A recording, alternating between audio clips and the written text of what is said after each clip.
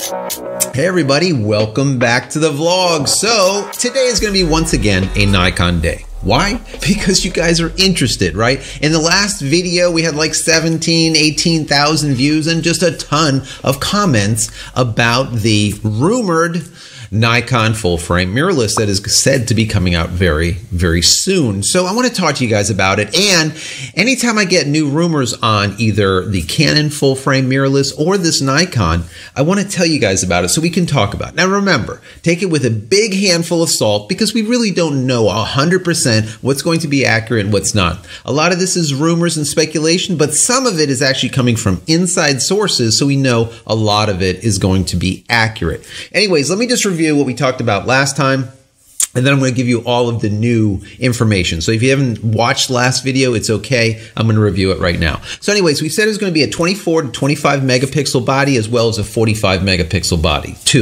Very similar to what Sony is doing with their A7 line, right? They have the S line, which is a lower megapixel camera that's really good in low light. Then they have the R version, which is just a larger megapixel camera for portraiture and stuff like that. Now, what they said was the Nikon mirrorless full frame camera is going to be very similar to the A7 line, but with better ergonomics and a better grip on it, which is fantastic. It's also going to have 5-axis in-body image stabilization, IBIS. It will have 9 frames per second, as well as the new Z mount. Now, they said the Z mount is going to be about 55 millimeters, the diameter, but we're still not sure. We've been going back and forth between 49 millimeters and 55, but it really doesn't matter too much. Also, the knocked glass, the NOCT, that extremely fast glass, that's like f/0.95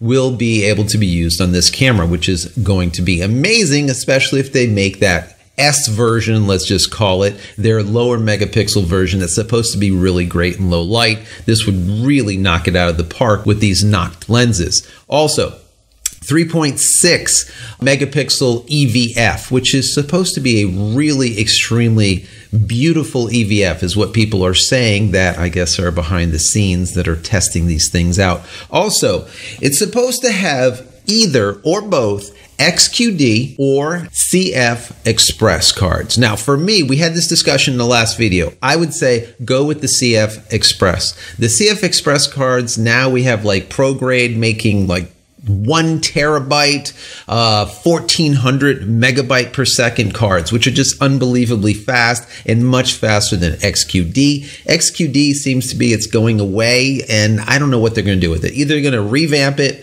or they're just going to do away with it. I personally say just do away with it. Get rid of that Sony proprietariness to your camera and just go with something that's just straight away like a CF card. That's my personal opinion. Also, we said that they was going to have a 50 millimeter, a 35 millimeter, and a 24 to 70 at release. I also said that the 35 and the 50 millimeter I think will be about 1.4, whereas the 24 to 70 I was speculating was either going to be a 2.8, an f2.8 on the high end, or it's going to be a kit lens that will probably be a variable f, maybe 3.5 to 5.6. Now, we got more confirmation in this last rumor update that it will be a 4.0 in their kit lens, which will be a 24 to 70. That to me is not bad. I like that. I do not like variable f anything. All right, I like something constant. Even if it's a little bit slower, like an f4, I'm okay with it because it's not meandering around as you're zooming in and out. I don't like that at all. Now, they also said that it's going to have over 400 points of autofocus. They said that their AF system is going to be extremely fast, much faster than what we've seen in the past, which is fantastic. And the LCD screen on the back is going to be very similar or almost the same as that tilt screen that they have on the D850. A lot of people absolutely adore the D850 and they just love the tilt screen. So this would be good if they could put this into this camera.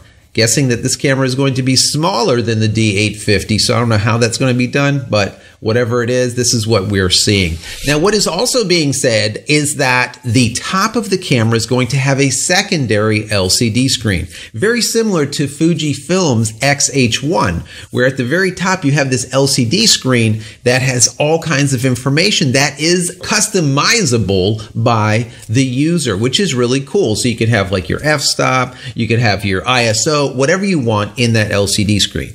For me, guys, I would rather not have an LCD screen at the top of the camera and have more dials. That leads me to the dials. They said that there's only going to be one dial at the top of the camera. One of the reasons why I like Fujifilm is that I like a camera that has a lot of manual dials to it, that you don't have to go into menuing system, just messing things around just to get something done. Just spin a dial one side, spin a dial another side, you set your ISO, you set your shutter speed, you set whatever you want to set with the dials, take the shot, and you're done, instead of playing around in a menu system. So for me, get rid of an LCD and replace it with another dial. That's my personal opinion, but we'll see what happens with that. Now, they also talked about 8K being on the spec sheet. Now, I will speculate that even though it says 8K in the spec sheet, it probably is 8K time-lapse, because this is what always happens. You'll see a lot of spec sheets, they'll say 8K on it, and then people are like, oh, maybe this camera's going to shoot 8K, and then just downgrade it down to 4K so we get some really great footage. I don't think so, guys. I think it's going to be a 4K camera, but 8K as far as the time-lapse. That's my personal opinion. We'll see. Finally, we have their release time. Now, it was said that it was going to be released in July, the end of this month. I speculated that just doesn't make sense. Photokina is right around the corner. They want the buzz of the media. Media is going to be all over Photokina worldwide. Why would you release it early? Some of the people in the comment area said, well, we release it early so that we can actually have a full version, working version there at Photokina. That is a good point, but I believe that they'll probably release the actual announcement, let's just call it, at the beginning of September or mid-September, and then right around the 26th when Photokina comes live, that's when we'll see the actual camera. Now, I'm going to guess that they are going to have a prototype there, or something that is touchy-feely that people can use, but I don't think it's going to be the full camera. I'm not sure as of yet, but if it is, that would be absolutely awesome, because then by Photokina we'll really be able to see what this camera can do and get reports as to exactly how it's working, which would be awesome. As far as the price goes, we still show $4,000 for their upper level 45 megapixel version and under $3,000 for the 24, 25 megapixel version.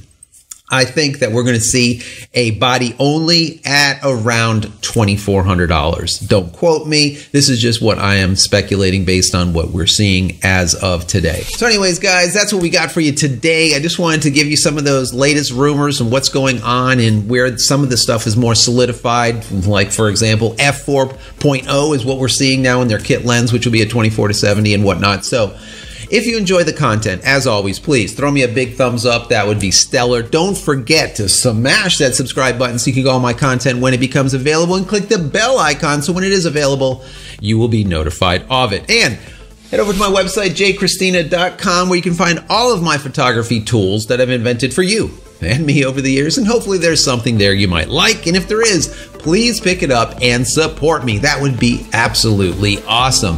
Thanks so much, guys, for joining me this morning for tea time and more of the rumor mill on the Nikon side. We'll see you in the next vlog. Take care, guys.